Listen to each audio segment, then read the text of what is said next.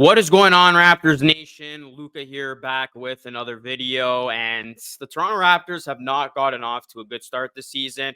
They won on opening night, and all things were good. And then a week later, the Raptors are now 1-3, and they got a lot of question marks moving forward as they're about to enter a very, very pivotal part of their schedule. I know we're still way early into the season, but as I mentioned in my post-game recap yesterday night, go check it out if you haven't already. The Raptors' next 5 games are tough. This is a team that could easily find themselves in a quick hole. So in this one, I wanted to talk about some things that need to change for the Raptors to improve moving forward. I mean, this is a team that they got to get going. They got to figure things out quick because they got the Bucks, the 76ers, they got the Spurs, who are no pushover now with Victor Wembanyama. The Mavs are 3-0, and then they got the Celtics. So next 5 games, there's not going to be a gimme on the schedule. We all thought the gimme was going to be against the Blazers, and obviously that was a tough game for the Raptors as they dropped it. So let's first start by talking about the first thing.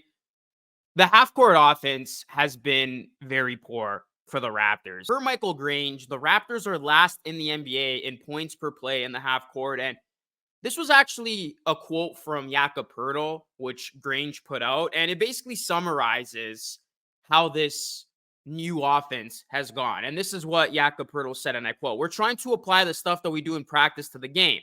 We're trying to have this like drive, kick, swing offense, play through the elbows, trying cuts, different split screens, stuff like that. But at times we get in this mode where I don't think we're really doing it on purpose, but it seems like everybody's just trying to make something happen almost randomly. We're not on the same page, and then we just dribble into a crowd, try and kick out, and the next guy's dribbling into a crowd. We're not really getting any advantages out of it." I mean, that perfectly sums it up. That's kind of the type of basketball we've seen. Guys are doing too much where we're not seeing proper execution from the Raptors in the half court. And it's been a mess, from the turnovers to, the offense looking stagnant. And then obviously the Raptors haven't been able to hit shots, which we're going to touch on in just a bit here.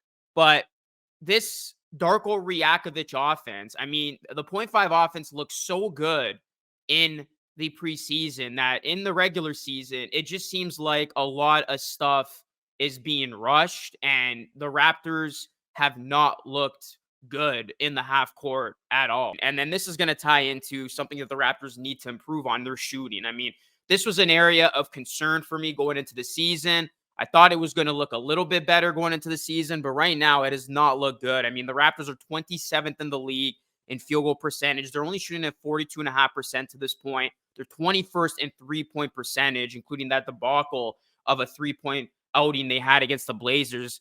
They're shooting at only 33.3%. And the Raptors offense, again, this is stemming from a stagnant half-court offense. The Raptors are last in points per game, the only team in the NBA that actually hasn't scored at least 110 points in a game this season. So Raptors got to do a better job of spacing. They got to do a better job of hitting their shots and just being more consistent with their three ball. I mean, this was a team that couldn't buy a three against the Blazers. And when guys are getting open looks and you're not hitting these shots, I mean, it's just frustrating to see. And that's becoming a common theme with this Raptors team. And another thing that's been a common theme that the Raptors got to clean up on, turnovers.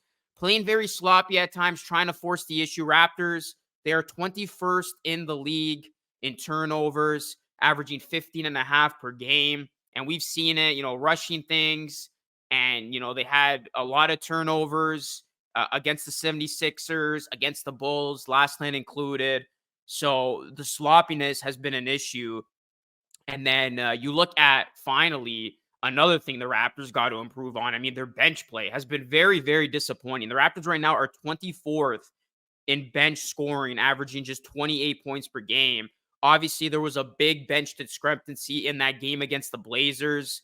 The Raptors bench almost single-handedly got outscored by one player on the Blazers bench, and that is Malcolm Brogdon. But this has been the biggest concern for me. I mean, outside of the shooting, of course, is the fact that the Raptors bench has not looked good. And I did a video on this channel saying that, the Raptors bench looked promising. And I thought this was going to be a much better bench. And obviously, you knew the bench was going to get a real shot, right?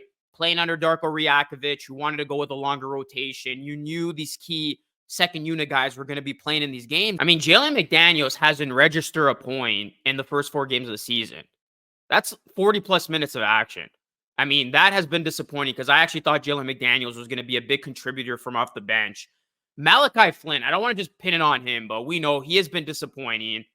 I know he finished with 6 points the other night, but it doesn't take away from all the other bad things that he's been able to do. He just hasn't been able to fully get the reins of being this team's backup point guard. And the Raptors have a backup point guard issue. I mean, whenever Malachi Flynn comes into the game, it just seems like things are less organized, sloppy plays ensues, and the second unit just seems to be scrambling. So Malachi hasn't been able to adapt and take that next step. Chris Boucher, he's finally getting some minutes. Obviously, he didn't play for the Raptors early on in the season, but he's been struggling from the field. Grady Dick has probably been the most promising Raptors bench player because even when he does struggle to shoot, he's always showing you something new. Whether it's, him crashing the boards, him cutting, him being able to space and find the open shots that you just hope eventually will fall with consistency over time. Grady Dick, he's starting to come into his zone. He had a season career high 16 against the Sixers, struggled in the game against the Blazers from the field, but still had 4.6 rebounds. And you could just tell Grady Dick starting to get more comfortable with the style of play in the NBA. And Gary Trent Jr., it seems like every time Gary Trent Jr. goes to the bench, I mean, something just seems off right now because you look at Gary Trent Jr., he started on Saturday against the Sixers with OGL.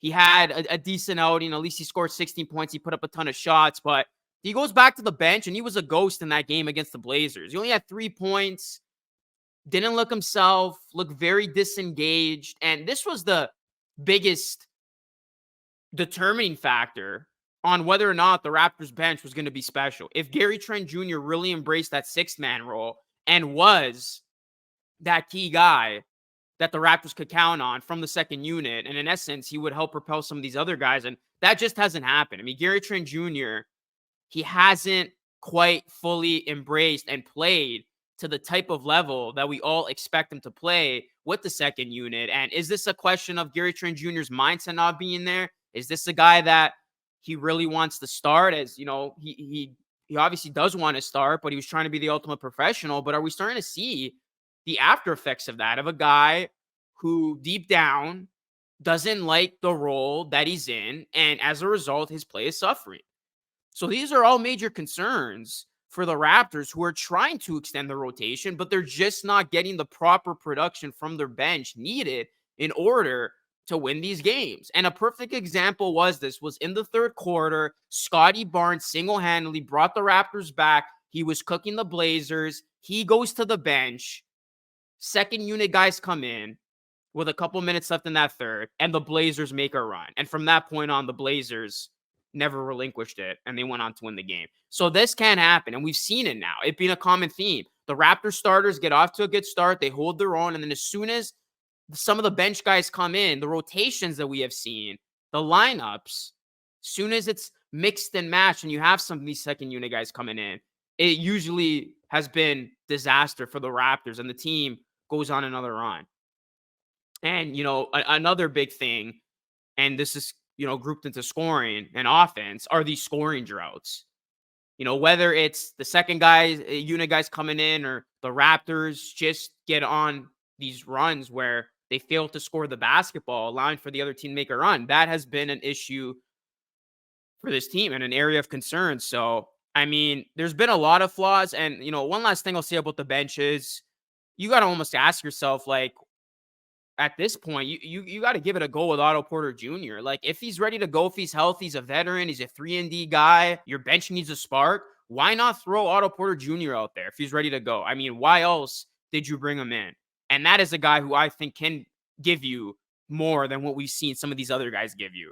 So right now, there's just been a lot of issues with this Raptors team. Now, you can credit it with it being a new regime, new head coach, guys still trying to get familiar with the system. But the NBA is a fast world. You only get a handful of games to get it right before this thing spirals out of control. And like I said, the Raptors have not only not looked good since the first game, they have some of these ongoing pressing issues, but they got to adjust and get this right in the midst of what's going to be a very, very tough 5-game stretch. So the Raptors are definitely in tough. They got to fix and improve on many things. But what have your takeaways been with this Raptors team? What do they need to work on? What do they need to improve on? And how are you feeling about this team overall, guys, going forward? Let me know your thoughts, Raptors Nation. Hit a like on the video. Subscribe to the channel if you are new. Plus, ring the bell. That is it for me. It's Lucas signing off. Thank you so much for watching. Until next time, stay safe.